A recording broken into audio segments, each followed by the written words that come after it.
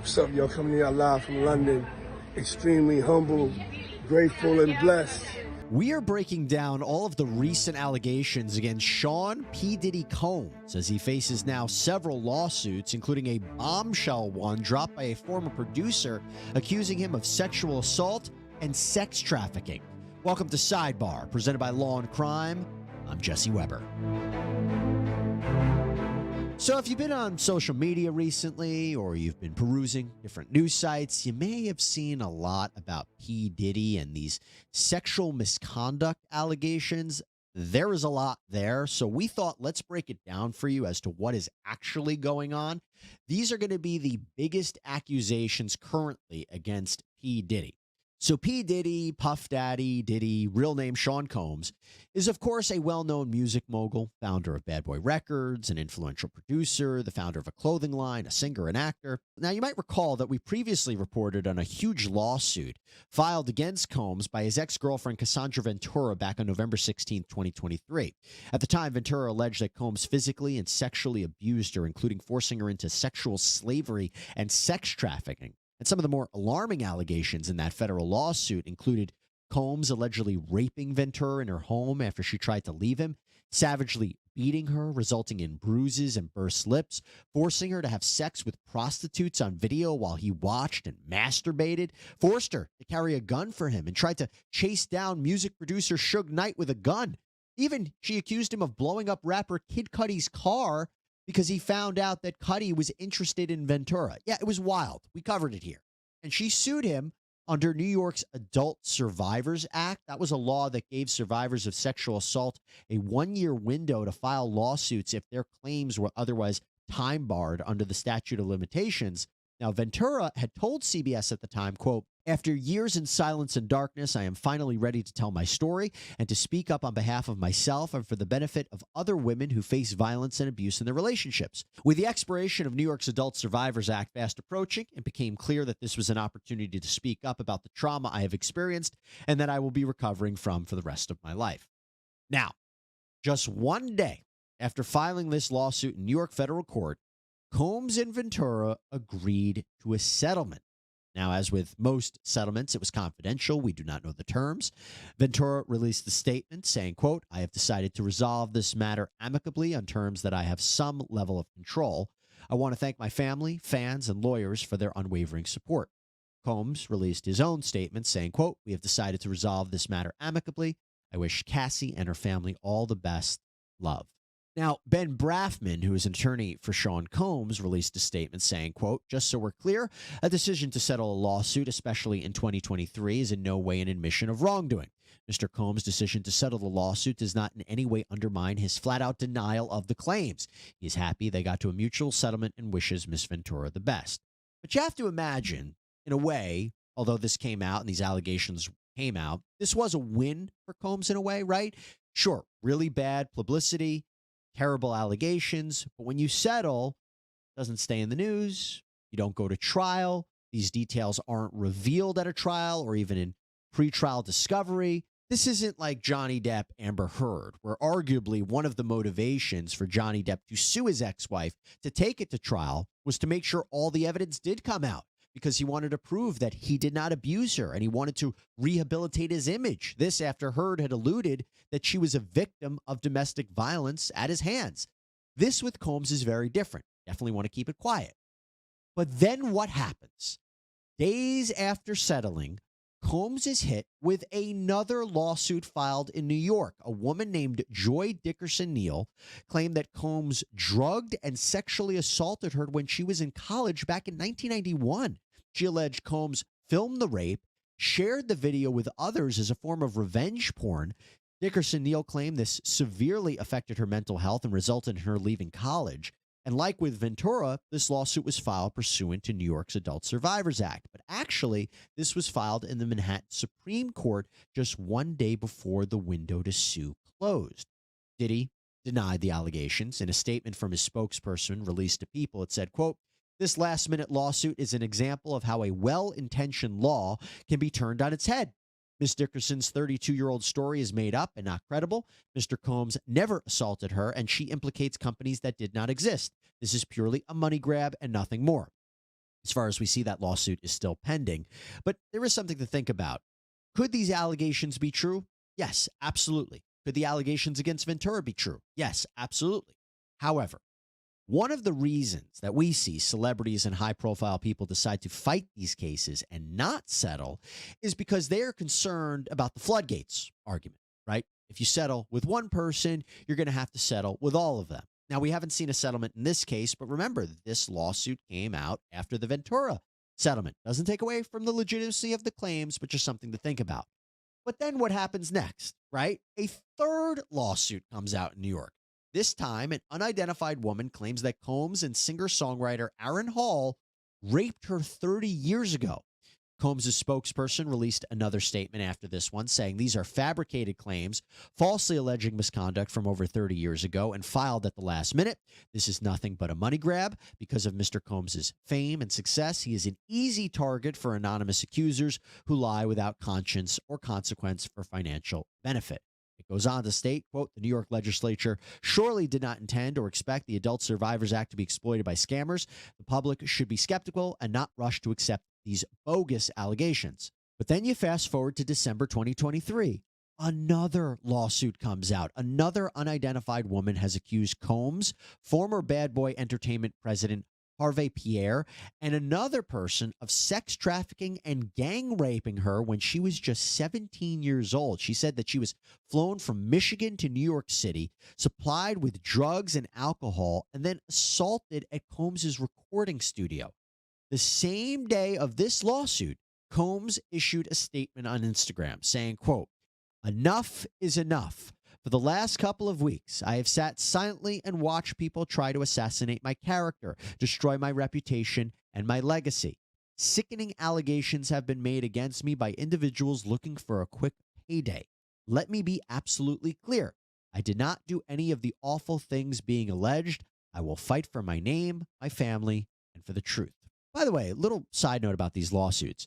They may be able to be legally brought, right? But they can still be difficult to prove.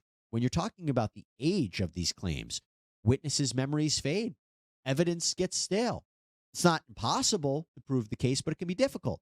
And I say that because, remember, you can have a witness and a victim testify or survivor testify. That could be sufficient in order to prove the claim. Maybe you have a few corroborating witnesses. That could be it. This isn't a criminal trial, by the way. The standard of proof in a civil case is much lower. Look at the E. Jean Carroll case against Donald Trump. And from an optics point of view, this arguably has hurt Sean Combs. I mean, he stepped down from his position as chairman of Revolt TV, the media company he had founded. He's now on the defensive. But that is not the end of the story. No. It is just the beginning. Because now producer Rodney Little Rod Jones has filed a massive, reportedly $30 million federal lawsuit against Combs and others, alleging sexual assault, harassment, and an illicit criminal enterprise. This lawsuit by Jones is 75 pages. It lists out 15 separate causes of action, and we're going to go through them. But this lawsuit is against Combs, his son Justin Combs, various associates, and entities like Chalice Recording Studios, Love Records, Motown Records, Combs Global Enterprises, and Universal Music Group. So the complaint starts off by explaining that Jones produced 9 songs for Combs on his Love album and actually lived with Sean Combs for a period of time, and how, quote, throughout his time with Mr. Combs, Mr. Jones witnessed, experienced, and endured many things that went far beyond his role as a producer on the Love album. Mr. Combs required Mr. Jones to record him constantly. On several occasions, Mr. Combs took Mr. Jones's cell phone and began recording himself. As a result, Mr. Jones has secured hundreds of hours of footage and audio recordings of Mr. Combs, his staff, and his guests engaging in serious illegal activity. Now, Jones says that those videos show drugs like ecstasy and cocaine, the displaying of unregistered firearms, Combs spiking drinks for minors and sex workers, Combs' son Christian drugging and sexually assaulting a woman, and even a famous actor sexually harassing and assaulting Jones. Now, Jones alleged numerous events in these papers. For example, Jones, who identifies as a heterosexual Christian man, claims that Combs repeatedly and intentionally groped his private parts without his consent, that this happened in LA, New York, Florida, the Virgin Islands, and that Combs also continually forced Jones to be in his presence while he was naked and showered. So with that, Jones is suing Combs for a claim of sexual assault and harassment. Jones says that this resulted in severe emotional distress and anxiety.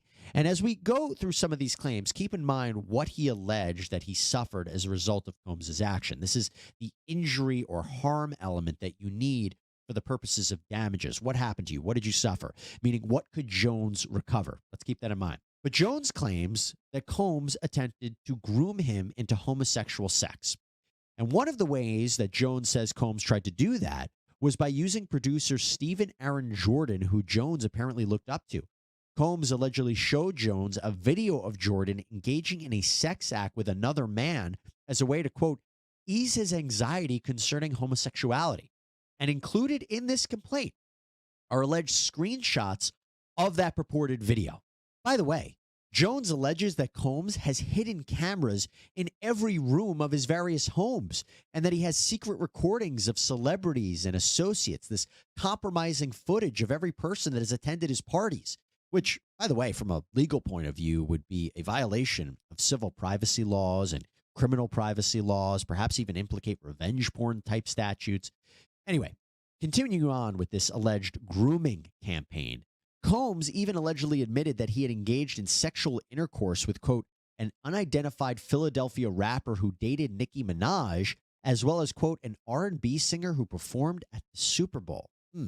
Now, there are those who have speculated online that that Philly rapper is Meek Mill, and the R&B singer who performed at the Super Bowl could be Usher.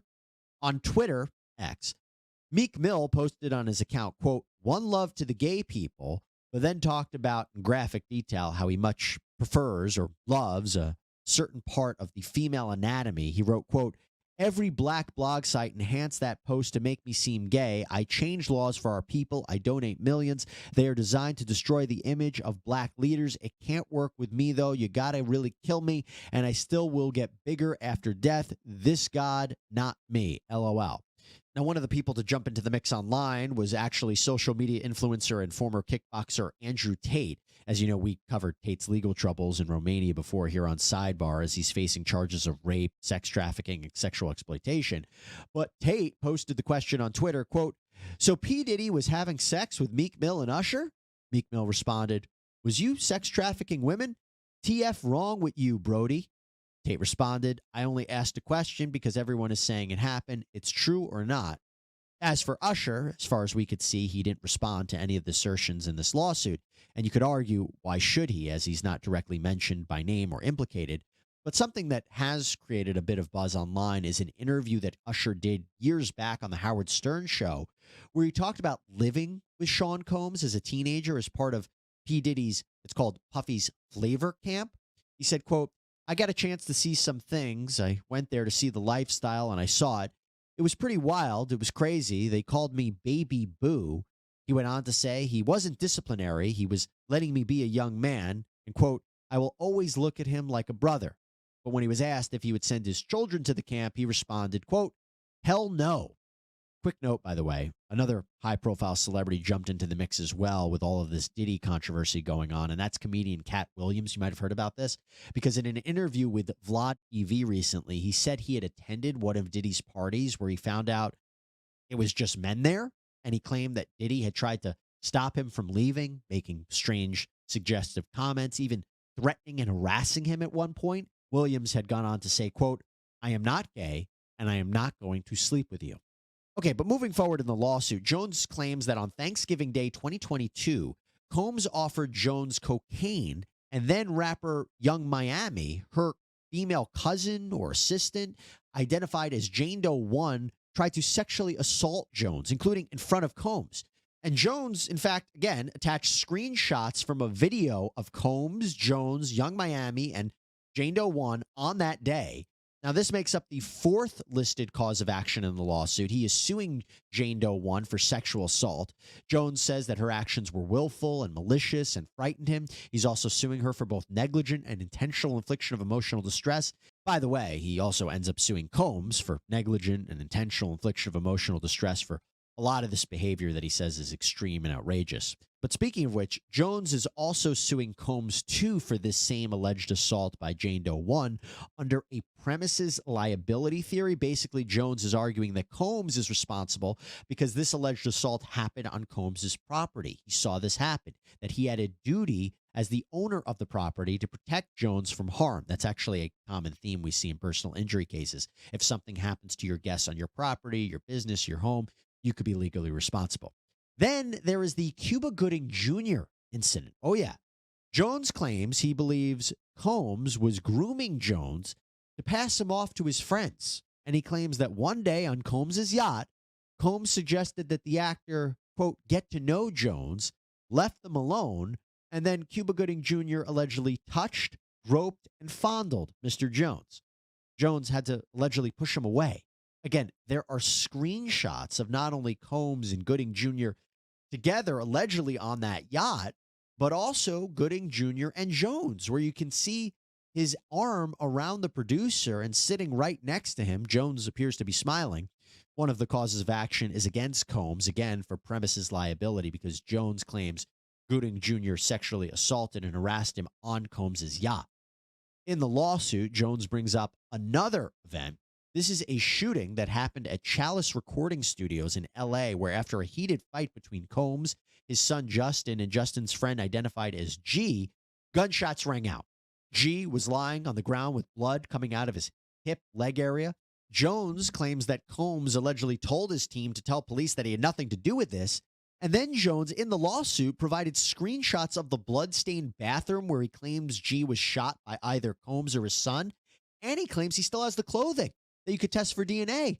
Now, one of the claims or causes of action in this lawsuit is against Combs and his son Justin under California's bystander negligent infliction of emotional distress. The idea here is that this shooting of G traumatized Jones and that it has caused him to suffer PTSD and depression. And then there is another cause of action against the various entities like Universal Music Group and Motown Records for this shooting, again, under a premises liability theory that they failed in their duty to provide adequate security at Chalice Studios. This shooting could have been prevented.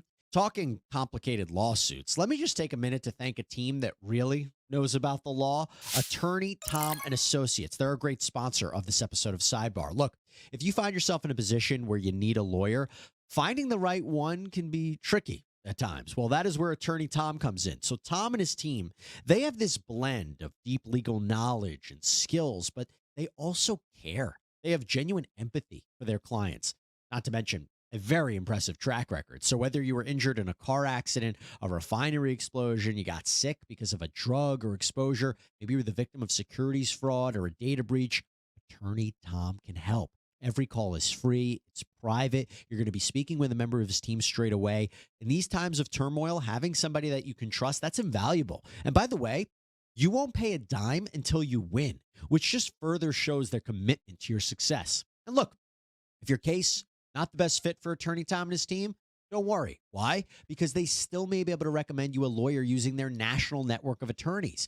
With Attorney Tom and his team, you're not just hiring a lawyer, okay? No, you're gaining a powerful ally who is committed to justice and your well-being. So if you've suffered an injury and you need legal support, click the attorneytom.com/sidebar link pinned in the comments for a free consultation or dial 855-TOM-WINS. But moving on, Jones also talks about an event from this past summer, July 2nd, 2023, out in California. He claims that Combs had a party with underage girls and sex workers at his home, and his son and an unidentified R&B artist were there. Now, again, embedded in this lawsuit, in this complaint, are screenshots of a video taken of this party where it allegedly shows Combs either kissing or dancing almost face to face with a purported underage girl. And the thing about the screenshots from these videos too, let me just talk about it. Jones usually claims in the suit that the writer is in possession of the video and this could be provided to court. We don't know exactly at this point what the videos do or do not show or the context or what they can prove, but the screenshots in and of themselves are important to establish what we call in the law a prima facie case, meaning at first sight or first impression, the evidence is sufficient to support the claims. Now, moving forward, Jones argues that he was working for Sean Combs under an implied work for hire agreement. Work for hire is when you're paid to create something for somebody else. You don't own the rights to what you create. In this case, Combs would own the rights to the songs that were produced by Jones. But Jones says he wasn't paid for the songs he produced, even though he says Combs and the defendants benefited from his work product. He says he was only offered $29,000 for all of his work over the course of 13 months. And talking about his job duties during this time that Jones was working with Combs, he states that he was, quote, forced to solicit sex workers and perform sex acts to the pleasure of Mr. Combs. On or about February 2nd, 2023, Mr. Jones believes Mr. Combs drugged him. Mr. Jones recalls waking up naked, dizzy, confused. He was in bed with two sex workers and Mr. Combs. He also recalls aimlessly wandering around the house with no clothes on. Quote, as part of Mr. Jones' sex worker recruitment tools, Mr. Combs provided Mr. Jones with an exclusive bad boy baseball cap and required him to wear it to Booby Trap on the River, that's a strip club, as a signal to any sex worker he approached that Mr. Combs was in town and had sent Mr. Jones to recruit them. And you might be saying, well, what happens if Jones refused to do any of this? Well, Jones claims that Combs would use his power and influence to threaten and intimidate Jones. Quote, Mr. Combs would often switch up his approach. He would go from promising Mr. Jones the world to threatening Mr. Jones with physical harm. Mr. Combs threatened to eat Mr. Jones's face and inform Mr. Jones that he is willing to kill his mother, Janice Combs, if he must, in order to get what he wants, so he wouldn't think twice to harm Mr. Jones. Claims that he was also told Combs' head of security, Fahim Muhammad, had the power to make people disappear. And keeping up with that theme of instilling fear, Jones said that Combs would show off his guns, that he would brag about shooting people, that he confessed that he was responsible for that infamous 1999 shooting outside of a New York City nightclub. According to Jones, Combs had told him that J-Lo, who Combs had been dating at the time, she was the one who carried the gun into the club for him and passed the gun to him when he got into that altercation outside the club when shots were fired and 3 people were injured. Jones claims that Combs admitted he forced his artist at the time, Shine, to be the fall guy, to take the blame for the shooting. He was sentenced for 10 years in prison, by the way. Now, Jones claims that with all of this, he was terrified. He was terrified, and we're going to get into why that is important in just a bit. But Jones makes a comparison in this lawsuit to, of all people, Jeffrey Epstein. Yeah, he claims that defendant Christina Coram, Combs' chief of staff, is like Ghislaine Maxwell, the former associate or madam of Epstein, who was convicted of her own sex trafficking-related charges, serving a 20-year prison sentence. For instance, when Jones went to Coram to report Combs, she allegedly said, quote, you know, Sean will be Sean. And Jones said that Coram made sure her assistants kept Combs high. She made sure that all the employees would readily carry around drugs for Combs whenever he wanted them. And that included forcing Jones to carry a drug pouch. She also made sure to procure sex workers for Combs. Basically says that she was instrumental in this RICO or criminal enterprise of illicit drugs, guns, sex acts, including facilitating freak-offs, which we had heard of in the Cassie Ventura lawsuit. These are sexual episodes directed by Combs. But now let's talk about, real quickly, some of the more remaining causes of action or claims in this lawsuit. I mentioned there were 15. We've already gone over a bunch of them. But Jones alleges that Combs, his son, various associates, and companies like Motown, Combs Global, Love Records, UMG, they all engaged in illegal racketeering enterprise in violation of the federal RICO statute. And that statute provides someone who is injured a right to sue. Jones argues these companies are liable for the actions of Combs, his son, Coram, because they were all employees or agents of these entities acting on their behalf, that these entities should have been monitoring or warning or supervising what they were allegedly doing. The big theme here is that they were all part of a criminal enterprise, namely making money by forcing and threatening people like Jones to transport drugs and guns, soliciting minors and sex workers, making music without properly paying them. The common purpose of this enterprise is, quote, to enrich themselves financially and sexually at the expense of producers and musicians like Jones.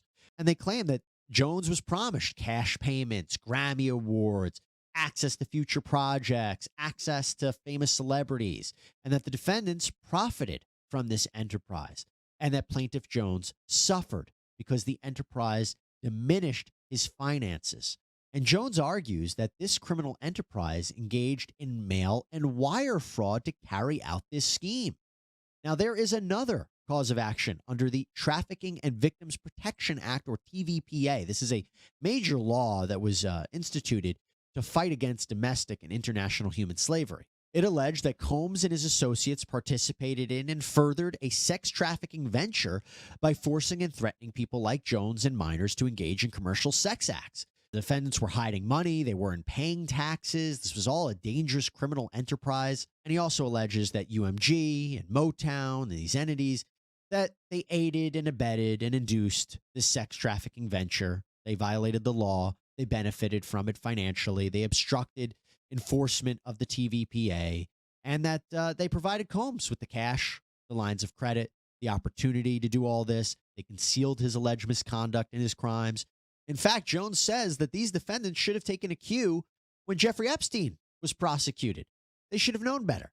So this is a major lawsuit, right? And what Jones is asking for in this lawsuit, after laying all this out, he is looking for a few things. Among other things, he's seeking a court to make a legal determination that the defendants violated New York law. He is looking for damages to compensate him for lost wages, incomes, but also for mental anguish, humiliation, pain and suffering, distress.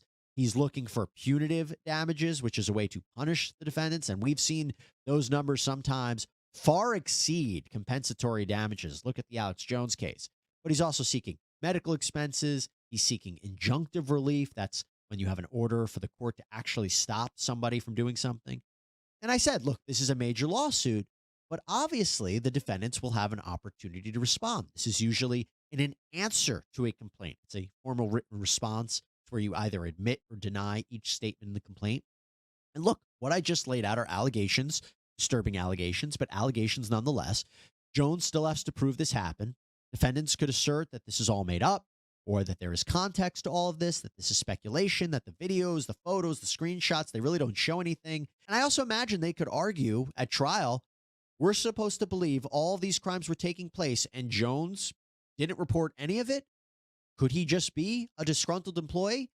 Well, that is why I mentioned before the fear component that Jones brings up. It is so important. The idea that he was threatened, he was afraid to come forward. That's why you hear a lot about this in the lawsuit. And by the way, you also have multiple defendants who may take different actions during the course of this litigation. Possibility of a settlement. You don't want more coming out, especially if Jones claims he actually has videos available proving this alleged misconduct, or through the discovery process, he could unearth these allegedly secret recordings from Combs's homes that he allegedly has. Now, Combs's attorney, Sean Hawley, released a statement calling Jones a liar and that he, quote, is shamelessly looking for an undeserved payday. His reckless name dropping about events that are pure fiction and simply did not happen is nothing more than a transparent attempt to garner headlines. Goes on to state, quote, we have overwhelming, indisputable proof that his claims are complete lies. Our attempts to share this proof with Mr. Jones's attorney, Tyrone Blackburn, have been ignored. We will address these outlandish allegations in court and take all appropriate actions against those who make them. Now, as this civil case wraps itself up, something just to think about. As you can tell, there are criminal aspects to these allegations, but we know that the standard of proof is higher in criminal cases. It's proof beyond a reasonable doubt. So even if Jones could prove this in civil court, all you need to show is preponderance of the evidence that more likely than not these things occurred. It doesn't mean that prosecutors would immediately take up these cases against Combs and these defendants. And also there are other considerations like the statute of limitations. Could you even prosecute these crimes? Are they too old? Okay, that was a lot to get through. But thank you so much for joining us here on this episode of Sidebar. Please subscribe on Apple Podcasts, Spotify, YouTube, wherever you get your podcasts. I'm Jesse Weber. I'll speak to you next time.